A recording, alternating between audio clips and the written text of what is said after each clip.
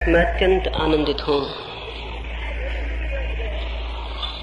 अपने हृदय की थोड़ी सी बात आपसे कर पाऊंगा, इसलिए आनंद जितना बढ़ जाए उतना बढ़ जाता है।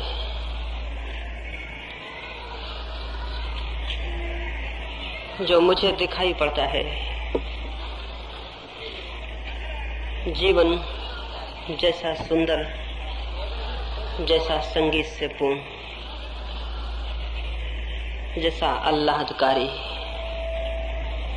जैसी धन्यता मुझे उसमें दिखाई पड़ती है, हृदय में कामना उठती है आपको भी जीवन वैसा दिखाई पड़े। और स्मरण रहे, जीवन वैसा ही हो जाता है जैसी देखने की हमारे पास दृष्टि होती है। वही जीवन नरक हो सकता है, वही स्वर्ग भी, वही बंधन हो सकता है और वही मुक्ति भी। लेकिन इधर कई हजार वर्षों से जीवन को बदलने की नहीं बल्कि जीवन से भागने की शिक्षा दी गई है। समझाया गया है कि जीवन को छोड़ दो, और समझाया गया है कि जीवन से ही जो मुक्त हो जाए वही परम धन्य है। यह बात एकदम घातक, एकदम विष भरी है।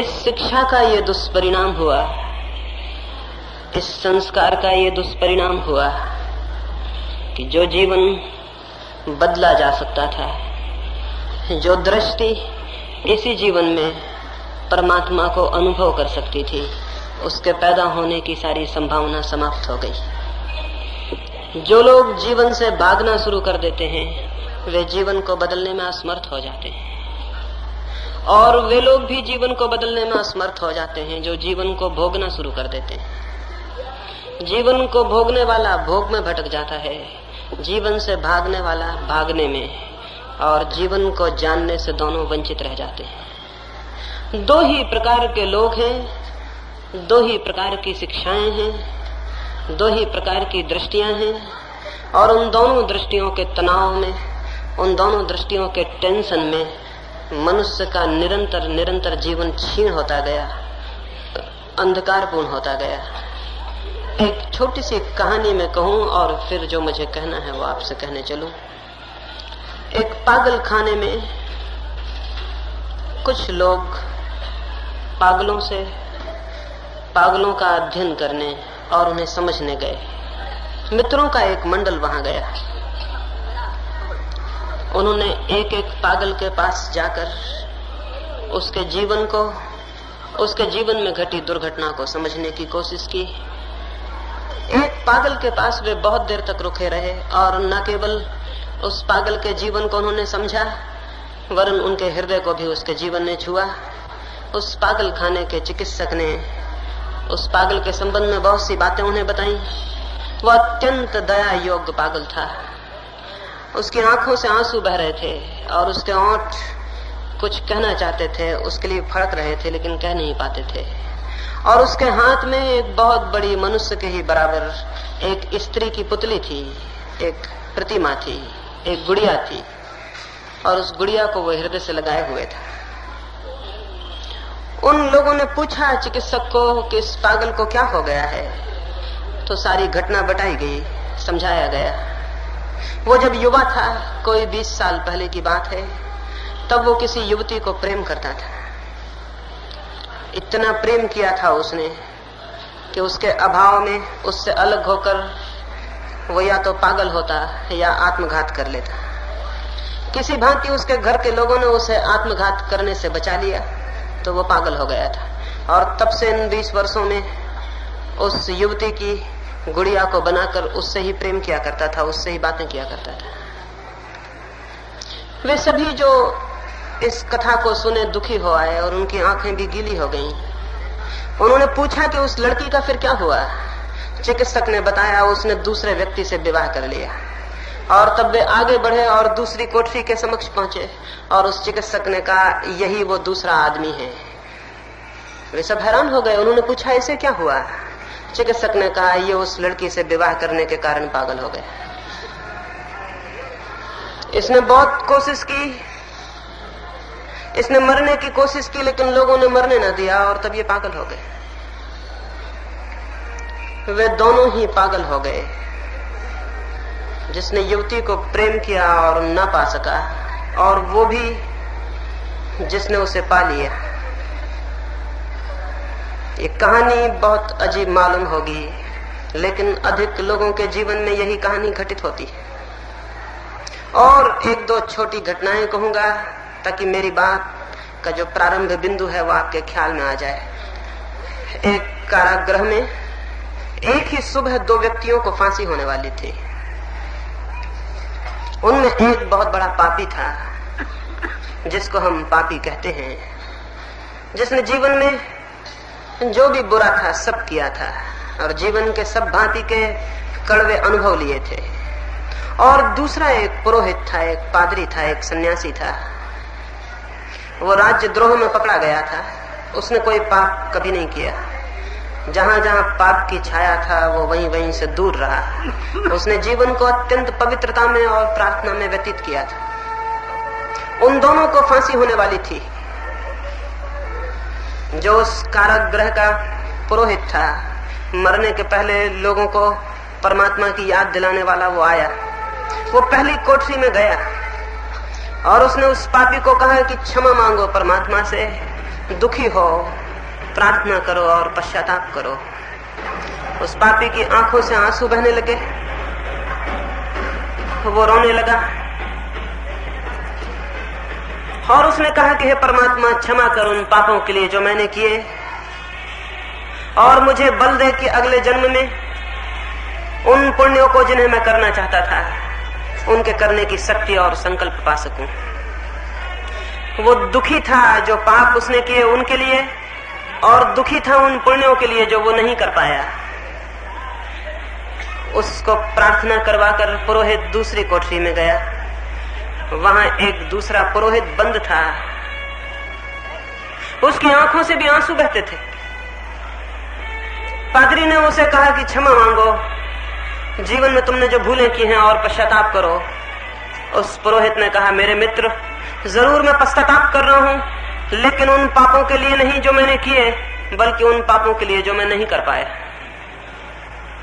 मैं दुखी हो रहा हूं उन पापों के लिए जो मैं नहीं कर पाया और कर सकता था। मृत्यु के इस क्षण में वे सब पाप मुझे याद आ रहे हैं जो मैं कर लेता। हो सकता था उनमें आनंद होता। हो सकता है मैंने जीवन व्यर्थ गमाया।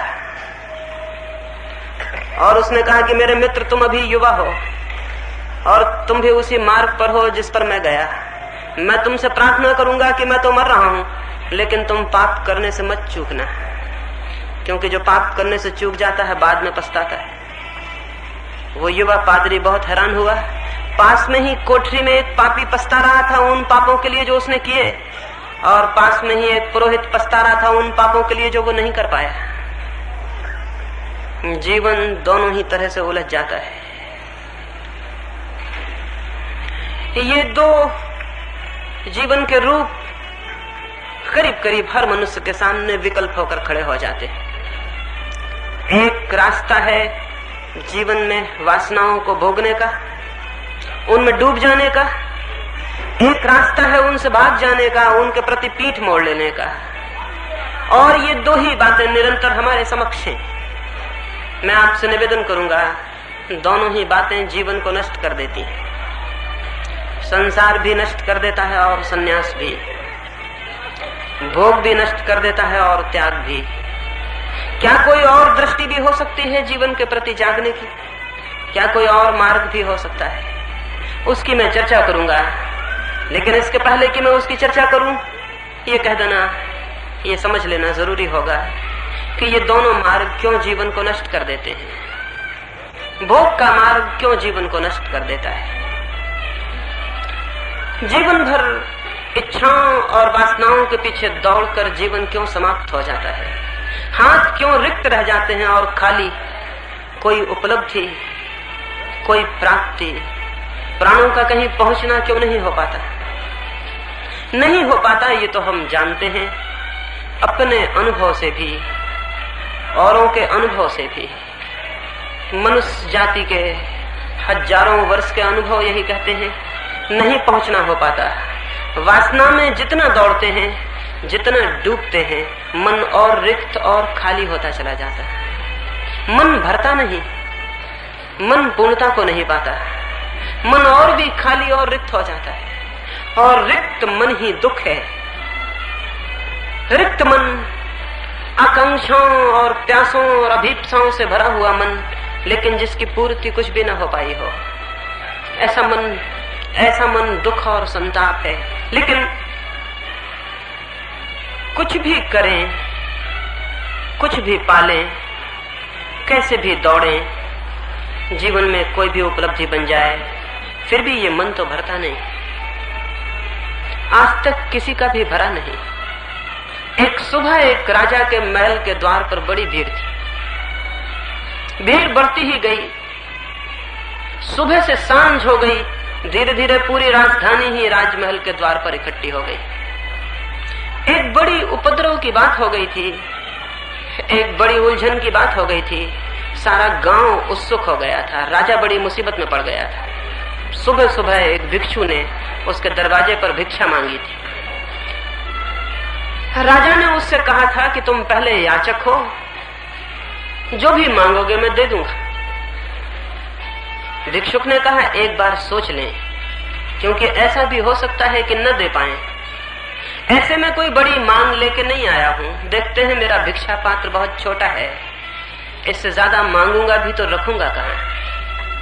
इसलिए घबराए ना, मांगूंगा तो छोटी बात, लेकिन हो सकता है उसे भरने में राजा भी कमजोर पड़ जाए, छोटा पड़ जाए। इसलिए सोच लें और फिर वचन दें। निश्चित ही राजा को चुनौती लगी होगी, निश्चित ही राजा के मन को चोट लगी होगी। उसने कहा कि तुम जो कहोगे पूरा करूंगा, मांगो। उस भिक्षु ने कहा मेरा ये जो भिक्षा का पात्र है, इसे यदि पूरा भर दें तो मैं तृप्त हो जाऊं और चला जाऊं। राजा ने कहा ये कौन बड़ी बात है, ये कौन कठिनाई की बात है। एक राजा के लिए, एक सम्राट के लिए किस चीज से तुम चाहते हो कि इसे मैं भर दूं। उस भिक्षु ने कहा ये मेरी कोई मांग नहीं, बस मेरा पात्र भर जाए, इतना काफी। राजा ने कहा छोटा सा पात्र है। अपने खजांचियों को कहा कि जाओ हीरे जवाहरातों से भर दो। उसके पास तिजोरियां थी अकूत, उसके पास धन था जो कभी गिना नहीं जा सका, उसके पास दौलत थी जिसका कोई हिसाब न था, उसका राज्य था जिसकी कोई सीमाएं न थी। सोचा कि क्या भिक्षा पात्र ही जब कोई भिक्षु लेके आ गया है और पूरे भरने की मांग की है, तो क्या अनाज के दानों से भरूं। तो उसने भर दिया पूरा भिक्षा पात्र, भरने की कोशिश की। उसी कोशिश में सांझ हो गई थी, उसकी सारी तिजोरियां खाली होती गईं। वो भिक्षा पात्र बड़ा अजीब था, वो भरता ही ना था। धीरे धीरे उसके अकूत खजाने खाली हो गए, और संध्या की जब उदासी उतरने लगी नगर पर, तब राजा के महल में भी घनघोर अंधकार छा गया। वो भिक्षा पात्र भरता ही ना था। सुबह से सांझ हो गई थी, जितनी संपत्ति राजा के पास थी वो डाल चुका था, और वो भिक्षु खड़ा था, और राजधानी के लोग इकट्ठे होते चले गए थे। अजीब थी बात, भिक्षुक बड़ा साबित हो रहा था सम्राट से। हमेशा ही ऐसा हुआ है, भिक्षुक हमेशा सम्राट से बड़ा है। सम्राट चुक जाए लेकिन भिक्षुक का मन कभी भरता नहीं, वो भिक्षु का पात्र भी नहीं भरता था। आखिर राजा ने कहा क्षमा कर दो, भूल हो गई। भिक्षुक ने कहा पहले ही कह देते तो इतनी देर मुझे क्यों खड़ा रहने पड़ता। इतना ही तो कहना था कि नहीं भर सकूंगा, मैं चला जाता। राजा ने कहा लेकिन जाते समय इतना बता जाओ, ये पात्र कैसा है, ये कैसा मैजिक, ये कैसा जादू का पात्र है, ये भरता क्यों नहीं। उस भिक्षु ने कहा इसमें कुछ रहस्य नहीं, एक मनुष्य की खोपड़ी से इसे मैंने बनाया है, इसमें कोई जादू नहीं। मरघट से खोपड़ी खोद लाया हूं, उसी से इसे बनाया है। अब इसे दुनिया में कोई भी भर नहीं सकता है। मनुष्य के खोपड़ी में जो बैठा है मन, वो कब भरा जा सका है। कौन सा मनुष्य का मन भरा जा सका है, कब भरा जा सका है। और क्या पता है कि मन बिल्कुल भिक्षुक है। मन एकदम मांगता ही चला जाता है, मांगता ही चला जाता है। मन के मांगने का कोई अंत नहीं आता है। कितना ही मिल जाए तो भी मांग समाप्त नहीं होती है। एक फकीर अकबर से मिलने गया था। उसके मित्रों ने उससे कहा था कि अकबर से कहो इतना तुम्हें प्रेम करता है तो हमारे गांव में एक छोटा सा स्कूल, एक मदरसा खोल दे। तो वो फकीर गया। जब वो पहुंचा तो अकबर सुबह की नमाज पढ़ रहा था। वो फकीर पीछे खड़ा हो गया मस्जिद में। नमाज पूरी हुई, अकबर ने दोनों हाथ उठाए और कहा कि हे परमात्मा, मेरे राज्य को और बढ़ाकर, मेरे खजानों को बढ़ाकर, मेरे धन को बढ़ा, मेरी दौलत को बढ़ा। वो फकीर हैरान हो गया। उसने कल्पना न की थी कि अकबर भी मानता होगा। वो वापस लौटने लगा सीढ़ियों से। अकबर उठा तो उसने देखा, उसने चिल्लाया कि कैसे आए और कैसे वापस लौट चले। उस फकीर ने कहा, मैंने सोचा मैं बादशाह से मिलने जाता हूँ, पाया यहाँ भी एक फकीर बैठा है और जो खुद ही मांगता है उसको और मैं मांग के लज्जित करूं तो शोभा नहीं देता। तो तुम जिससे मांगते थे, अगर मांगना ही होगा तो हम भी उसी से मांग लेंगे, लेकिन अब तुमको बीच में लेने का कोई भी कारण नहीं है। अकबर भी मांगता है, सम्राट भी मांगते हैं। इसलिए दुनिया में दो तरह के भिखारी होते हैं, एक जिनके पास कुछ नहीं होता और मांगते हैं, और एक जिनके पास सब होता है फिर भी मांगते हैं, लेकिन भिखारी होने में कोई फर्क नहीं होता है। ये हो सकता है कि बहुत कुछ आपके पास हो, इससे इस भ्रम में न पड़ जाएं कि आपके भीतर का भिखमंगा मर गया। भिखमंगा मरता ही नहीं, भीतर का भिखारी समाप्त ही नहीं होता। मन मांगे चला जाता है। क्यों मांगे चला जाता है? और जो भी मिलता है उससे पूर्ति क्यों नहीं होती? क्या है बात? इतना इकट्ठा कर लेते हैं फिर भी मन का खालीपन जहां के तहां बना रहता है, सुरक्षित, उसमें कोई फर्क नहीं पड़ता। आपके पास जरूर कुछ ना कुछ होगा, सबके पास कुछ ना कुछ है। क्या उस कुछ से आपके मन का कोई कोना भी भरा? कोई कोना, छोटा मोटा कोना भी?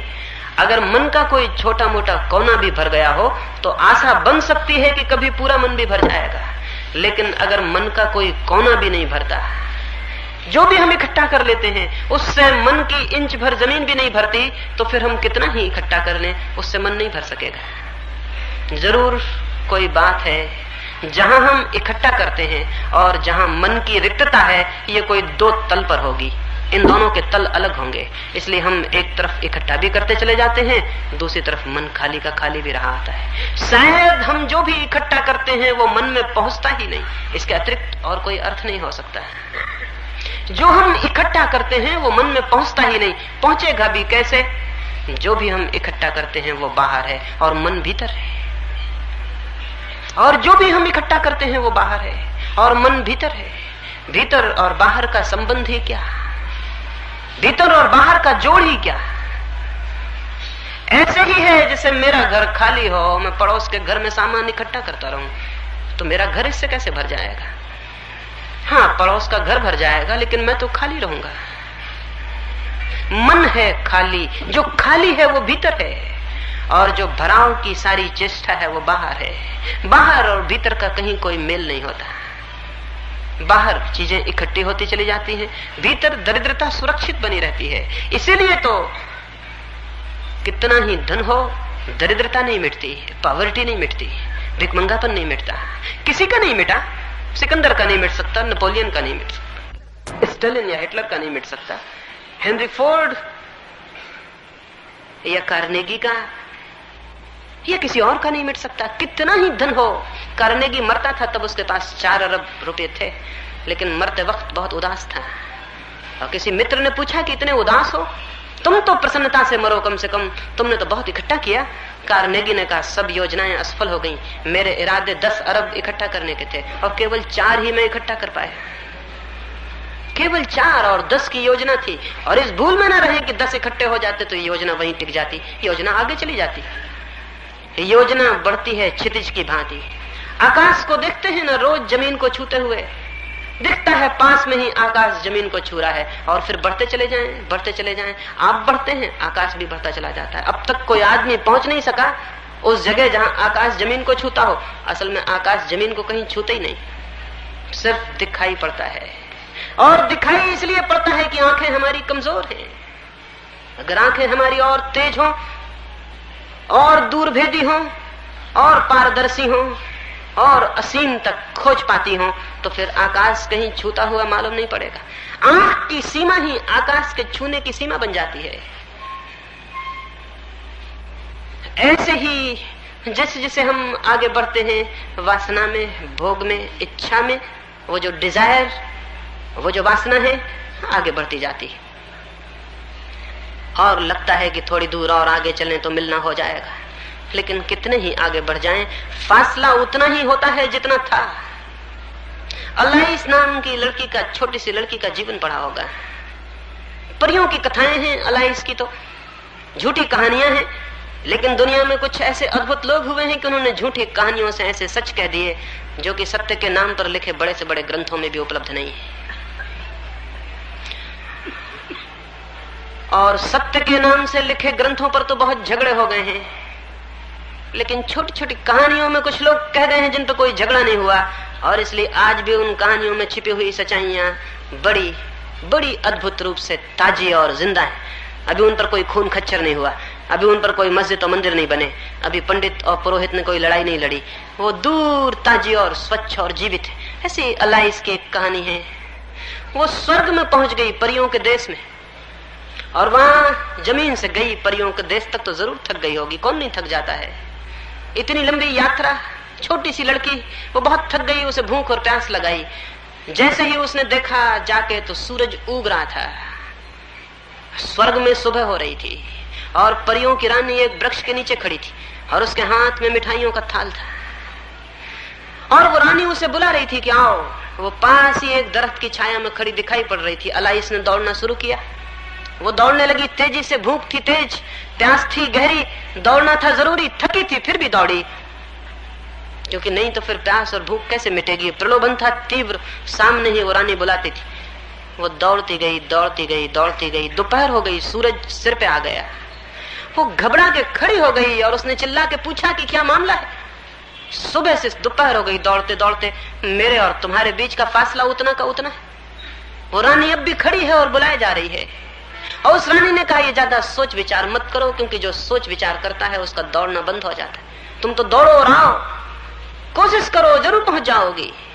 वो फिर भागने लगी और सांझ हो गई और सूरज ढलने लगा, और वो अलाइस थक के गिर पड़ी और उसने देखा रानी अब भी खड़ी, लेकिन फासला उतना का उतना है। उसने घबरा के चिल्ला के पूछा, ज्यादा फासला नहीं होगा, क्योंकि बातचीत हो सकती थी। उसने चिल्ला के पूछा कि कैसी दुनिया है तुम्हारी, सुबह से सांझ हो गई दौड़ते दौड़ते, यहाँ फासले समाप्त नहीं होते, ये कैसे रास्ते हैं तुम्हारी दुनिया के कि कहीं पहुंचाते नहीं। उस रानी ने कहा, पागल, किसी दुनिया में कोई रास्ता कहीं नहीं पहुंचाता है, और तुम्हारी दुनिया में भी दौड़ना होता है, फासले समाप्त नहीं होते। जैसी तुम्हारी दुनिया है वैसी ये दुनिया है। इस दुनिया में भी कोई फासला समाप्त नहीं होता है। दौड़े कितना ही, जहां जन्म के समय पाया था अतृप्त और खाली, मरने के समय वहीं पाएंगे अतृप्त और खाली। मरने के और जन्म के बिंदु में कोई फर्क नहीं होता, चित्त वहीं के वहीं होता है। तो बाकी जीवन की दौड़ कहाँ विलीन हो जाती है? विलीन हो जाती है एक ऐसे काम में जो बिल्कुल एब्सर्ड है, जो बिल्कुल मूढ़तापूर्ण है। मन है भीतर, दौड़ चलती बाहर, रिक्तता है भीतर, एम्प्टीनेस है भीतर, भरते हैं बाहर, सीधा अंधापन है। फिर क्या क्या करें? भीतर कैसे भरें? भीतर कैसे रिक्तता से मुक्ति हो जाए और भीतर एक फुलफिलमेंट, एक पूर्णता, एक परितृप्ति, एक भराव उपलब्ध हो कि भीतर कोई कोना भी रोता हुआ और प्यासा और भूखा न रह जाए, भीतर सब तृप्त हो जाए। ये कैसे हो? इस ख्याल में कि बाहर की कोई कोशिश सफल नहीं होती, कुछ लोग बाहर से भागना शुरू कर देते। स्वभावतः सीधा गणित यही कहता है कि अगर बाहर की दौड़ से कुछ नहीं होता तो भागो बाहर से। लेकिन आपको क्या पता है, बाहर से भागेंगे तो भी भीतर नहीं पहुंच सकते। बाहर से भागना भी बाहर ही भागना है।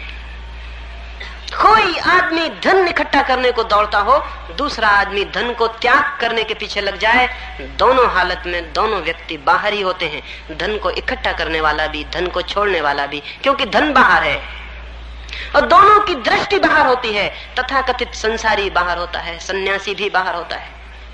सन्यासी उल्टा खड़ा हुआ है संसारी से, लेकिन भीतर नहीं है।